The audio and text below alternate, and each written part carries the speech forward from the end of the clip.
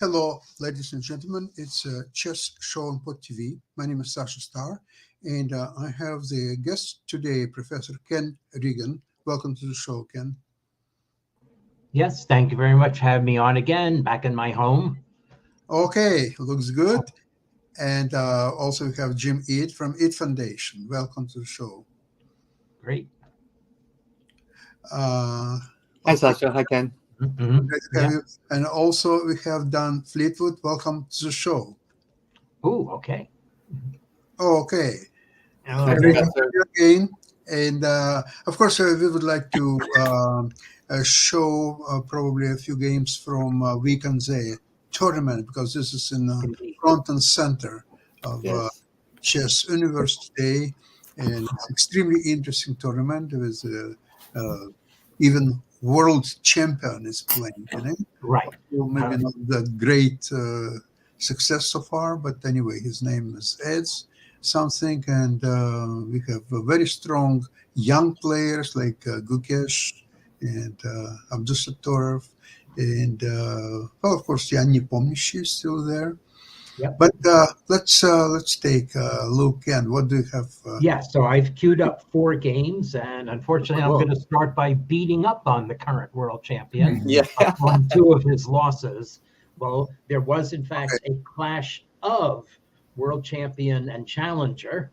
Again, a renewed clash of the tournament of the match last year between Nepo and Ding Xuan. So let's see. Let me try sharing just a window this time. So hopefully not causing an infinite regress. Do you see the chessboard for Ding Liren and Ian Nepomniachtchi? Yes. Okay, good. Yeah, so this was, I think, played in yesterday's round, 10th round, and it's an object lesson in how, especially in the classical Ruy Lopez, Black has to be vigilant. But I'm going to show a victory for the classical Ruy Lopez after it. So Okay. Black will get his due. But nonetheless, this is so White plays d3, a slower system than when you go d4. But this position definitely has more characteristics of the Ruy than of the Gioco Piano, because Black has been enticed to play a6 and b5 on the queen side, and Black's bishop is on e7, not on c5. So those are why I think this is more the characteristics of a Ruy, and White begins the joint pressure on the queen side and later on the king side. So there's bishop a2. This is an interesting move.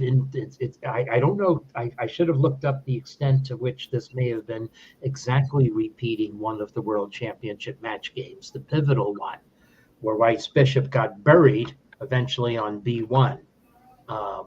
But in any event, this game diverges fairly soon, and it involves exchanges that ordinarily you'd think of as being fine for Blacks.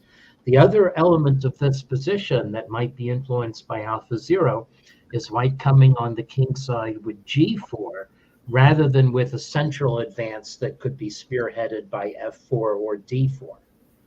Okay, so we'll see that. But the way for Black to respond to this kind of attack is by counteraction in the center and or getting rid of the pieces that White might eventually build up. You could argue that every piece at this moment of White's, except for the rook on a1, is indirectly pointed toward Black's, directly or indirectly pointed towards Black's king.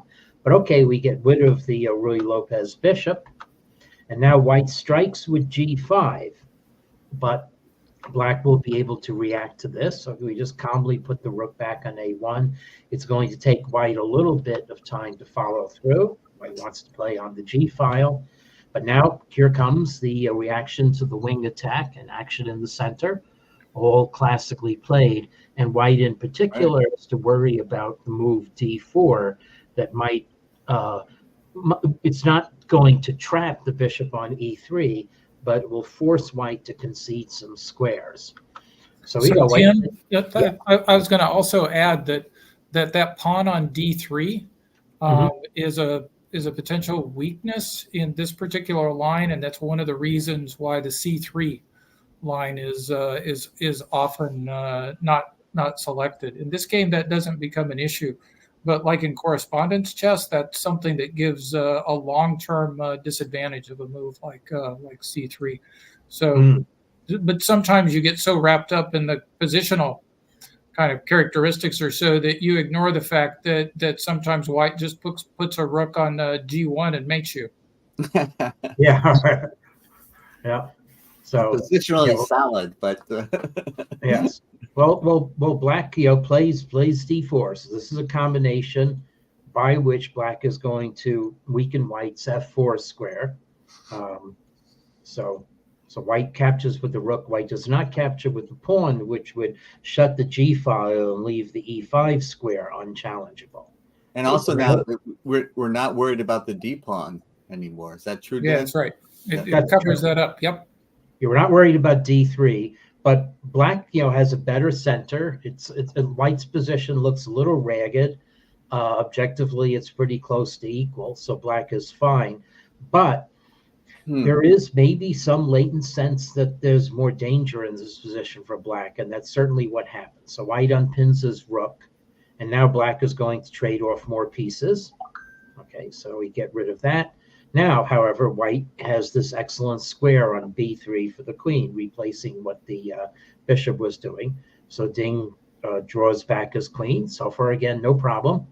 And now is when black starts to make missteps.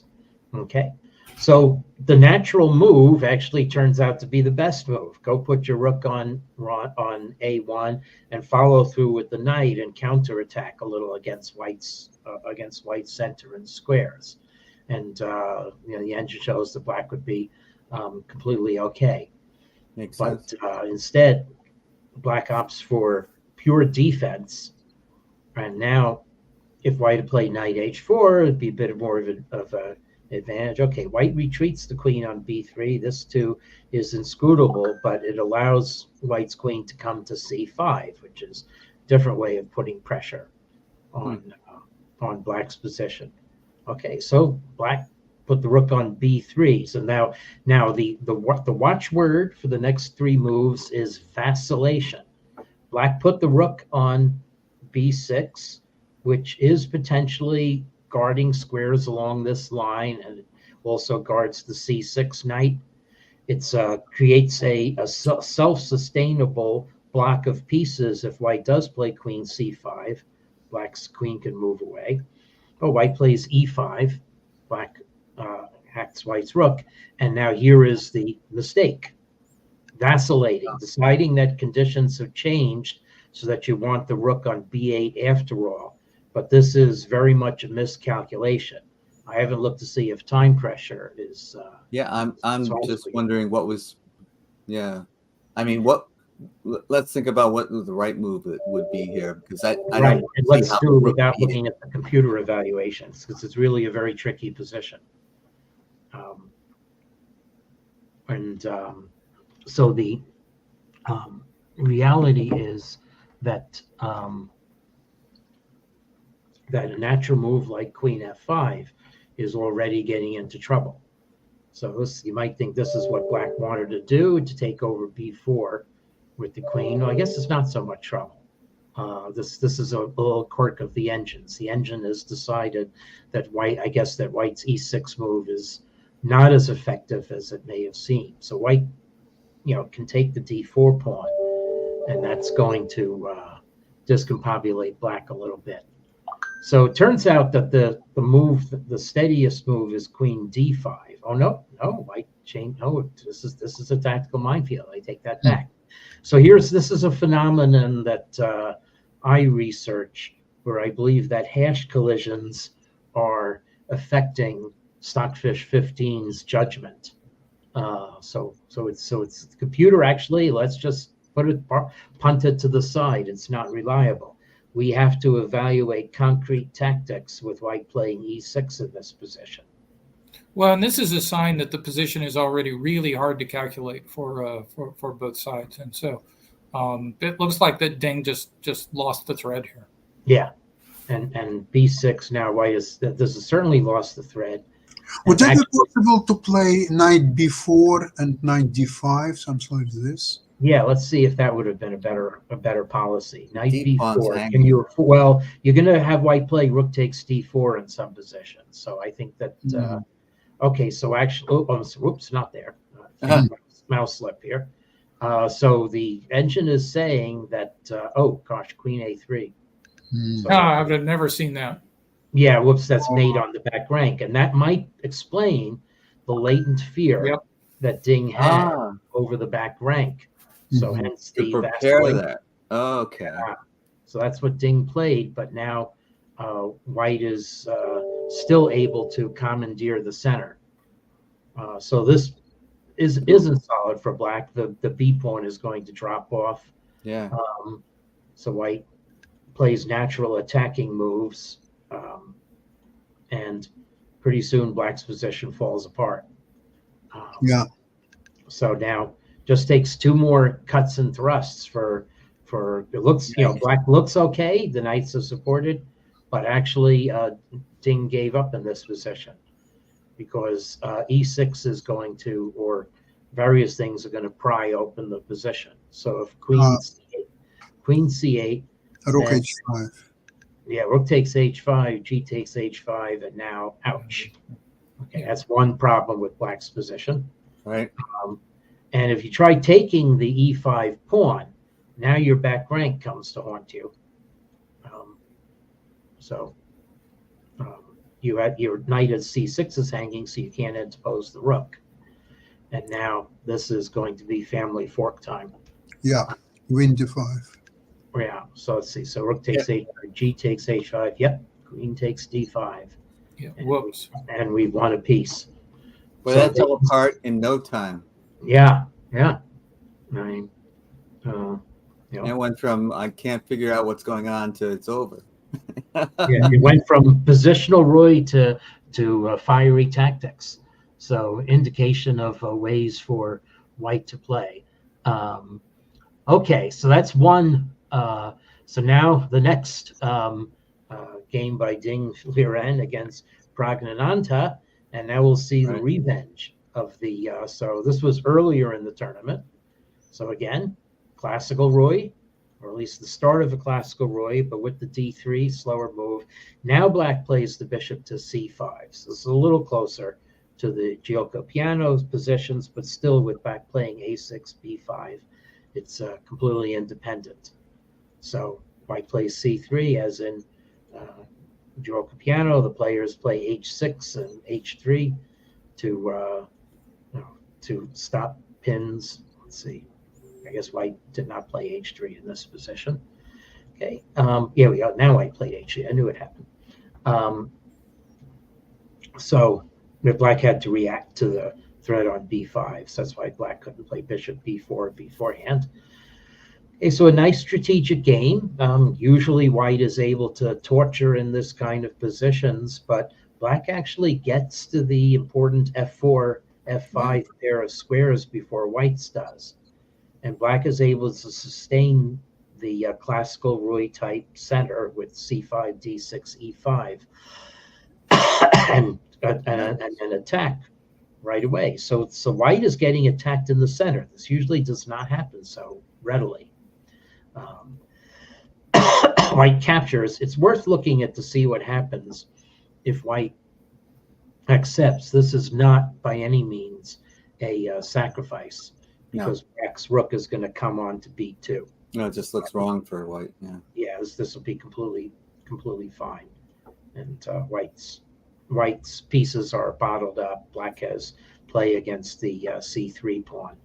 And the so d6 pawn is weak, but it doesn't look like much for White. Yeah. So White just traded and kept tension in the position, but now with knight f4 coming in, next move, or next couple of moves, here it is. So it is Black who has gotten to the kingside squares ahead of White. And Black has an advantage in this position. So. Wow. Yes. I would have played bishop f1 without thinking there, but I'm not the world champion, so.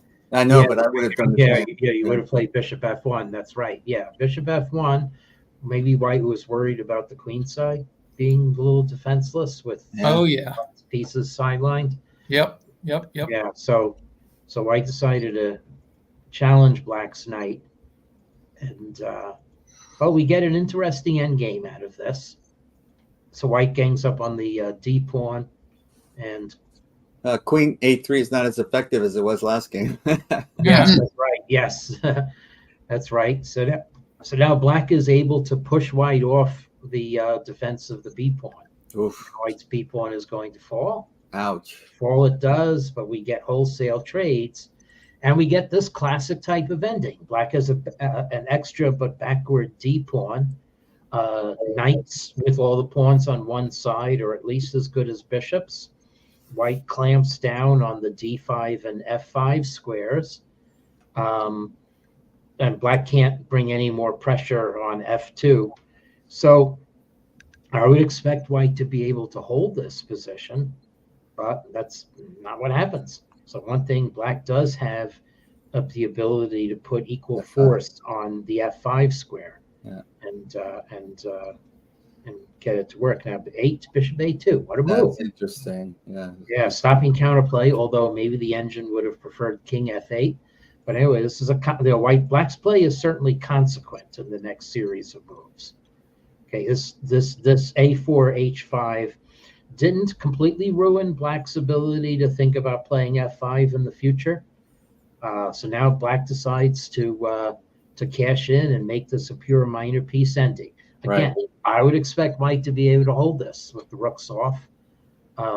Knights well placed, but let's just see what happens here. Okay, so we've got d5, but I don't know if White should allow Black to trade the bishop for a knight. That may have been one misstep here, because the Black's bishop is kind of striking at air in this position. It's a really interesting point, Ken. Yeah, you're allowing him to trade bishop for knight. Yeah, and there's also another funny feature of this position, which is that Black's bishop on b3 doesn't have a whole lot of squares. Yeah, I can go back to e6. That's it. So I don't know. Now the engine wants White to play actively with g4. I don't know if I agree with that either. I guess the idea is just thin the number of pawns. Yeah, to get rid of pawns. Yeah. So that maybe that's the consequent way for White to play. Anyway, now, so here's the thing. The other adage of endings that come into play is that king and pawn endings are the easiest ones to win, and endings where each side has a knight are next in line. Bishop endings, a pawn ahead, are harder to win because of the range of the bishop. But an imbalance with knights on the board, as with just pure king and pawn, that can be magnified by the stronger side. So here we go. Black got f5 in. Now White, we miscalculated this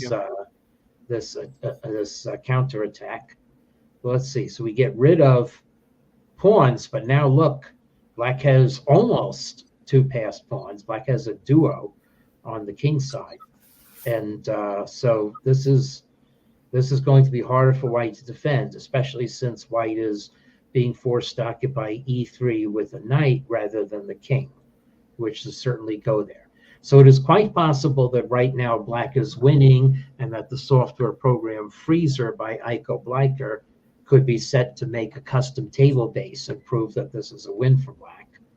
Ken, you made a very interesting point that I just want to stress, because I totally agree with it, that after king and pawn endings, the knight and pawn endings are easier to win than with the bishop. And it's fascinating to me that knight d5 might have been a mistake, because it's kind of a wide open board for the bishop, but as you pointed out, it had nowhere to go, nothing to attack. So the idea that these knight and pawn endings are tricky, yes, but this one pawn advantage is easier to exploit. Yeah, right. It's a pity we couldn't have seen how the game would have played out without that f4 miscalculation. That's true. Yeah. Too. Yeah. Well, I mean, Black would have had to have ground for a while. Yeah, It's grist for deep analysis by Stockfish. See if you can prove a win. It won't take And- Stockfish very long to say yay or nay. Yeah, This is an they- easy position for the engine to calculate. You would Okay. think. Not if you truncate it at 22 or 23 ply, though. yeah, I know. I go to 30 ply standardly Mhm. in end games, but still, obviously, you can get 50, 60, 70 ply nowadays pretty easily. Yeah, But- I'm usually up around 70 to 80 ply when I'm doing calculations. Yeah, I still wonder if hash table collisions They happen much less frequently in Stockfish. Starting in Stockfish 15, they happen less frequently, and in Stockfish 16, you have to get tricked up or problem-like positions to have those occur in positions like this. Really, why is that? I think what they've done is with the NNUE, they have an element of stochastics in where they tickle the continuations, and so they've adopted some of the Alpha Zero. It's not a true Monte Carlo, but they have some elements of that, I think, and so I think their pruning is efficient, but it's not extreme. So I really compliment them on the improvements from 14 to 15 to 16. Wow. Okay, Wow. that's Fascinating. why I have not gotten into it that deeply. But, Well, it's my business in correspondence, Jess. If you don't know what the engine is telling you, then Yeah. you're not going to do very well. yeah, I guess that's right. Yeah, fascinating. So let's see how Black finishes this off now. So here's Stockfish thinking a little deeper, and depth 34 it got to, and now it's giving Black an over 4-point advantage. Yeah. With King D5, maybe is F4 a little rash? Well, now we are in the range of the 7-piece table bases. So you can tell whether this is a win or not by exact lookup. Unfortunately, the Moscow Lomonosov server was shut down 2 years ago by a denial of service ransomware attack. Oh my goodness. That's a pity. Yeah, I mean, you can still get like Lichess, and there are a couple other places to yeah. get So that. I haven't gotten into the habit or subscribed to it. But here it's clear why another white pawn is going to drop off. Yeah. And now we've got a This is just 6-piece easy. table. So this we can look up, but the engine telling us -9 is evidence enough. And Black is usually you have to be a little careful about throwing your pawns forward, but that is not the case here. And Black has crashed through. So Yeah. things we Hey, I'd like to ask Dan a question about the correspondence play because, when I was a correspondence player, these engines and table bases were a factor. But do you think your superior knowledge of what the engines are telling you and your ability to evaluate what they're telling you is one of the ways that you demonstrate superiority in correspondence chess? This is one of the ways I used to demonstrate superiority in correspondence chess. It's increasingly difficult for the human in the loop to add value to the current process. You have to almost consciously choose an inferior opening or walk into a position where you're going against the engine. The engine is really good. So the engine, for example, here's a really quick example. For years and years and years, we thought if you play D4, D5, C4, E6, Knight C3, that Bishop B4, which is basically a Nimzo Indian without the knight on F6, was an inferior line because you can get something like an exchange variation of the Nimzo Indian where White has more active play. Stockfish 16 will basically calculate that as a draw almost from move 3. Wow. Really? Boom. Yeah. That's my head exploded. Yeah, Oh. mine too. I was really disappointed because I see this opening and it's like, oh my God, I know this opening is inferior. But to the engine, it's like, okay, this is fine. Huh. Anyway, Yeah. That was I'm sorry, Ken, that was for my personal benefit. Oh, that's fascinating for me to hear as well. Yeah. I mean, who would have thought, right? Yeah. I mean, the nature of what's a good opening and what's an inferior opening has been stood on its head in several cases. So, for example, the Queen's Gambit is a forced draw from basically move 2.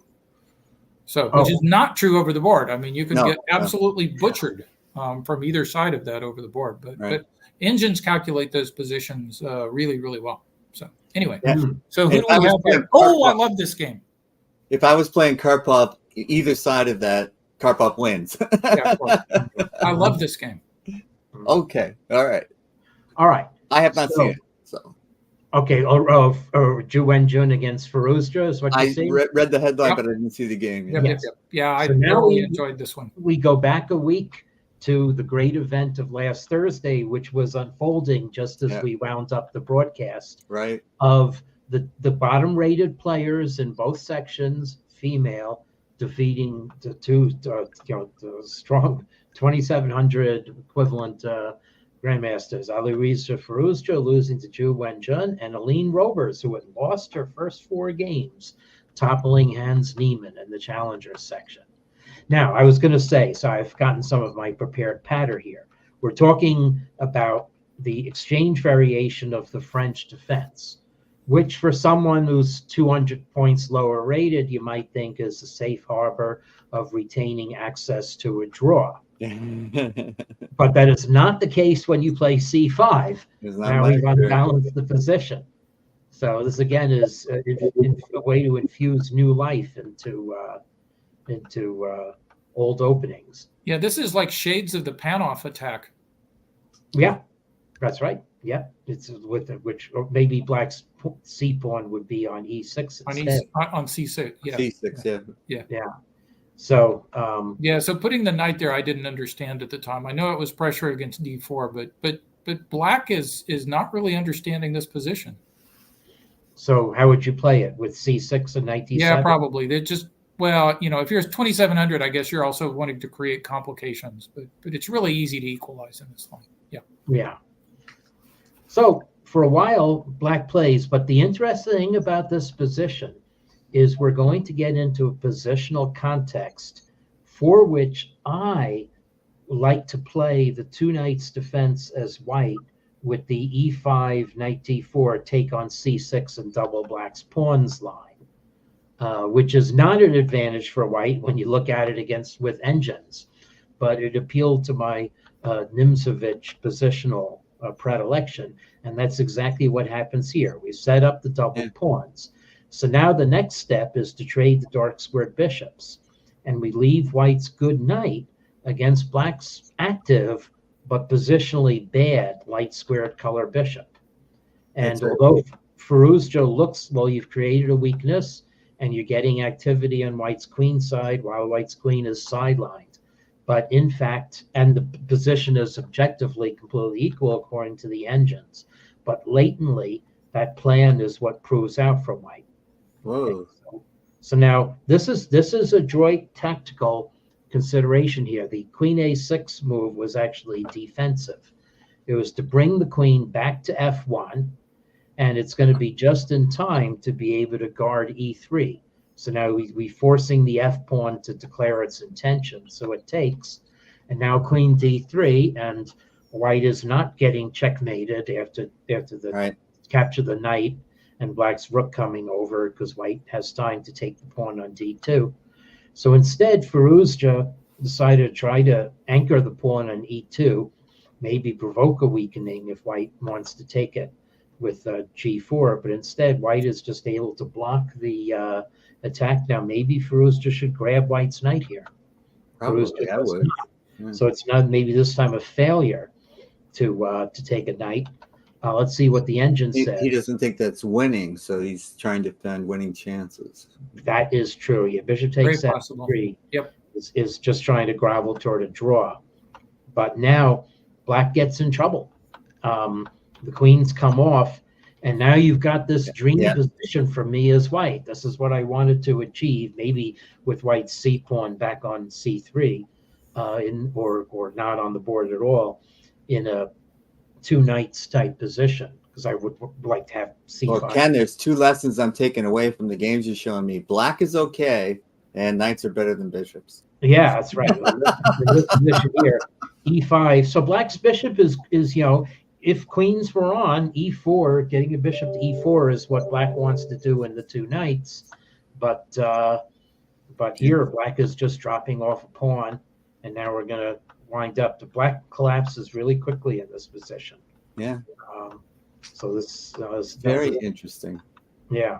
So yeah. Yeah. The rook e3 move. There's a nice maneuver with white's knight coming up in this game. That once white decides what to do here. Okay. So you make a pass pawn. That's a good. Oh no, sorry. It's this rook e3 move. Yeah. That was very fine. So this is what cuts off any appearance of counterplay by black. So black just put the bishop back. Bishop f1 check isn't working. And that's now, a knight maneuver. Yeah. Yeah, there's the knight maneuver. It was the rook e3 move that I meant. So this is it's nicely calculated. Black is you can't take on a3 because knight takes e4 and the king and pawn ending is going to be 1 for white. All right. So black puts the bishop. Now white has guarded everything and is able to start just arranging the pieces, get the pieces arranged the right way around.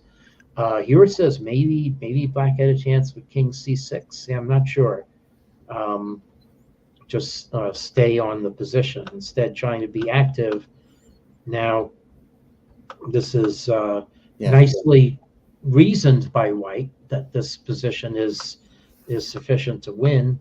Yeah, it's not clear. That's for sure. But certainly all the winning, chances are white's. Yeah. Black's got to be regretting.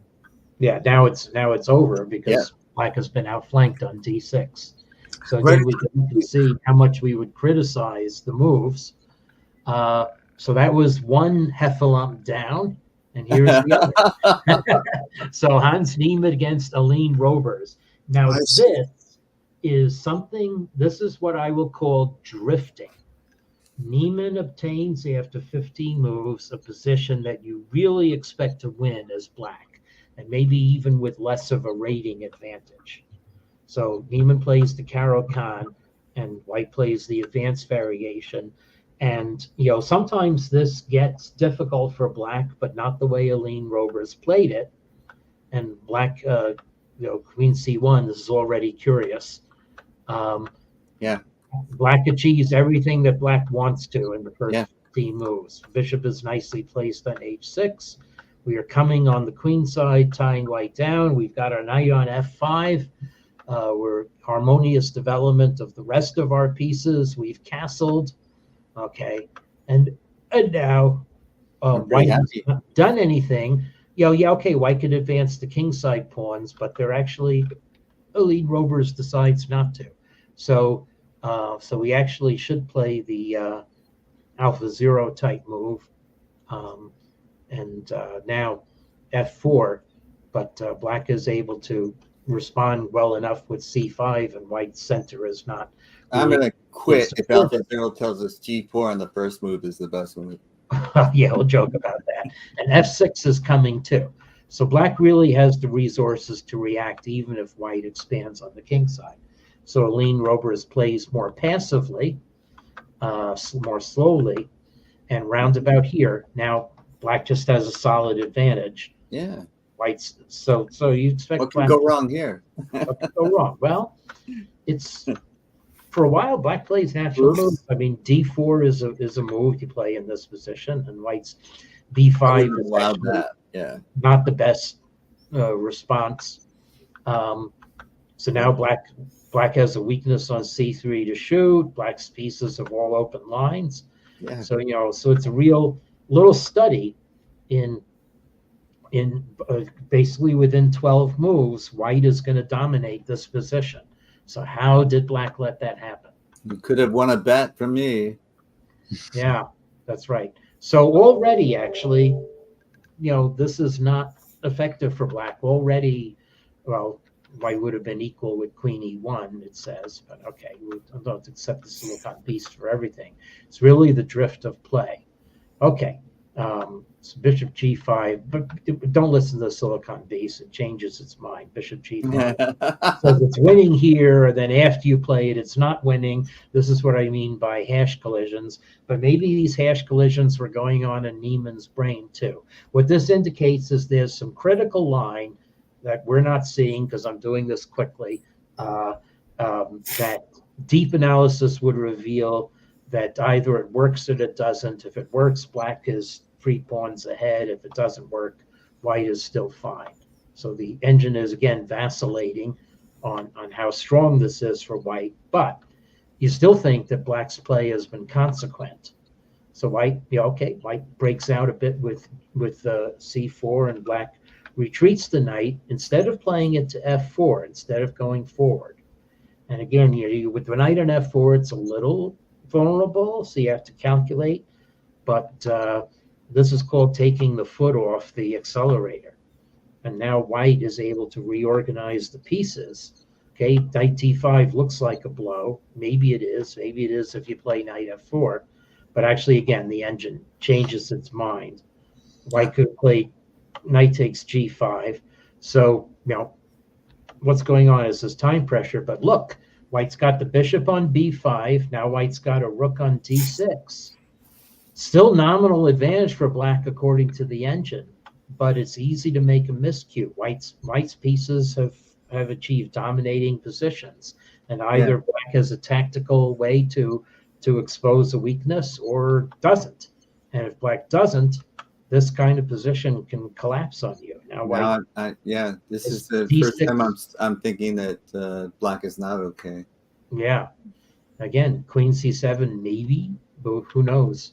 But now white's knight is in the game, and now king h8, king h7, not a time pressure move because it was turn 41. Engine says black should have brought. Engine says e6 was okay. Should have shored up d5 and c6 with bishop e4.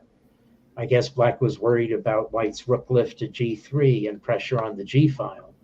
But now the engine says rook b3 would crash through on the queen side. Anyway, the main point of this is that somehow black got rocked back on his heels, panicked with knight d5, miscalculated something here. Maybe this is what black miscalculated. Black thinks he's going to win back his piece on d5. Right. Okay, because the bishop on d5 is pinned, but that's an illusion. That's not the case. Some check on the b1 h7 line is going to enable white. Right. If you try to hold on with bishop b1, then queen e1 gets out of the pin and that's the bishop. So black in desperation decided to sacrifice a piece and hope that 2 pawns and some sector control was enough for it, but it's not enough when you're getting mated. Words to live by. Yes. That's right. So here we go. Here's where things are lining up and you're getting mated. And there we go. And Oh my God! What a massacre! yes. So so in the middle of that game, I was all for black, and then all of a sudden, it seemed like I'm not even sure. Was there one move in particular or was it just a series of moves that allowed white to improve its position so well?